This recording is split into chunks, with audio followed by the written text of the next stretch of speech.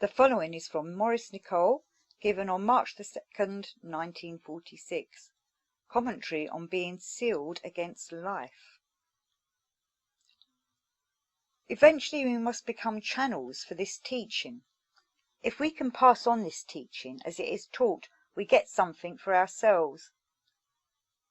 In order to do this, something must be sealed in us, sealed tight against the effect of things happening outside us. The work must be given a place in us where eventually nothing from the external world can affect it. We spoke some time ago about the work being like a new being forming in oneself, and how one has to protect this being and fight for it, often against the logic of the external senses. We spoke last time of the meaning of the foot. Your foot is your external side which touches life. I will speak some time more fully about what the eyes mean in contrast with the foot, but briefly, the eyes mean esoterically one's inner psychological understanding, as distinct from the understanding that one gains from the senses or one's foot. It used often to be said in the work that we have to go against life.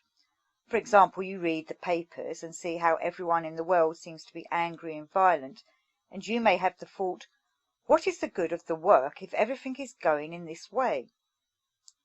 Now, does such a thought mean that you have not sealed off the work from the influences of life? One is letting one's attitude to the work get mixed with things belonging to the great machinery of life, just as if one expected external life to correspond with or conform to the work. This sealing of oneself off from life so that one can guard and keep separate the work ideas is necessary. It has to be done sooner or later. The work is under other laws than life is. Its source is from another direction. If you judge the work by what happens in life, you will not understand it. Here in this work we are studying something different from life. We seek to come under influences different from the influences of life. We try to form something in ourselves that life cannot shake, whatever happens in life, whether war or peace, poverty or wealth, bad weather or good weather, failure or success. The idea is that we have to form in ourselves a place where the work exists and have to guard this place. As you know, the work teaches that everything that happens in life happens in the only way it can happen. It says that life is a great machine. It teaches that organic life on Earth serves a cosmic purpose. This sensitive living film surrounding the Earth is used for a deliberate purpose. Yet there is a chance for man, an individual man, to disconnect himself from some of the mechanical laws of life and begin to grow through more conscious laws. When you take this standpoint, the non-correspondence of life with what you expect becomes no longer a source of negativeness. And if you feed sufficiently on the ideas of the work, you are able to guard this inner place that we spoke of, and then events that formerly dragged you down into negativeness no longer have that power, because you begin to have the power of the work, as I've often told you. Do not try to find the will of God in life. The Lord's Prayer begins with the idea that God's will is not done on this earth, but may be done for you.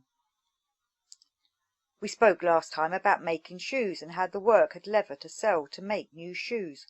We also spoke about how our life shoes wear out, at least in certain cases, because some people seem satisfied with their life shoes. One ancient teaching of esotericism was given under the name of Hermes. From this arose the term hermetically sealed, which was used in esoteric alchemy. Esoteric alchemy was based on the idea that man as base metal could be transformed into gold, for example, that man regarded as some metal, say lead, as he is at his present stage, could become by some knowledge and the practice of it turned into gold. This was esoteric alchemy. Exoteric alchemy was based on the idea that actual lead could be turned into gold, which is a possibility. A hermit was a person who followed the teaching of Hermes and sought to seal himself off from the effects of life by going into a cave or desert. This is not the idea of the work. It would be getting rid of life artificially. We have to seal ourselves from the effects of external life when they are actually happening to us. Here comes in the idea of practicing non-identifying. With what, by the way, are you identified at this moment?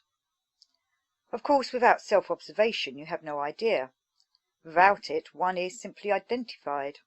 The state remains in darkness. It is not brought into consciousness. In general, when such is the case, at most moments one is not making an effort to separate oneself from the effects of external life, and so there is nothing sealed. Such a person is not living consciously. How can we say that such a person is working? But he will not recognize that he is behaving in this way unless he lets light into his inner darkness, for example, observes his state. When you do not know how you behave, all this is dark to you. Yes, you are doing it all the time, but you do not know that you are doing it. This is the strange thing. You are not conscious. You are asleep to yourself. It is correct in this case to say the person is a machine, a mechanical person. Now, in a machine nothing is sealed, nothing is made tight against the impact of external things. It is turned by life as a machine is turned by a belt.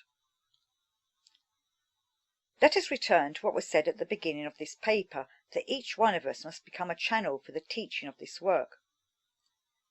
To become a channel in this sense, the work must be sealed off from life, otherwise life will keep changing it. So one must never put the hand on the mud of one's feet and bring it up to one's eyes. The understanding of life is one thing, and the understanding of this work is another thing. Life must not prevail over or stand higher than the work. A man in this work is a man who, in spite of external circumstances, whether they are helpful or not, continues to work. Life does not shake his understanding of the work. His eyesight, which in this case means insight, maintains him. Esoterically, there are two kinds of blindness. There are the blind people whom Christ healed, people who are blind internally, and there are the blind who have had their inner sight awakened and now are blind to external life. We know that we can take a thing from a life point of view and from a work point of view. When one takes something as work, the result is different. There is a higher level of understanding above that on which one's feet rest. On this level one realizes that everything that happens to one in life is the best thing that could happen to one, if one takes it as work, as a means of development.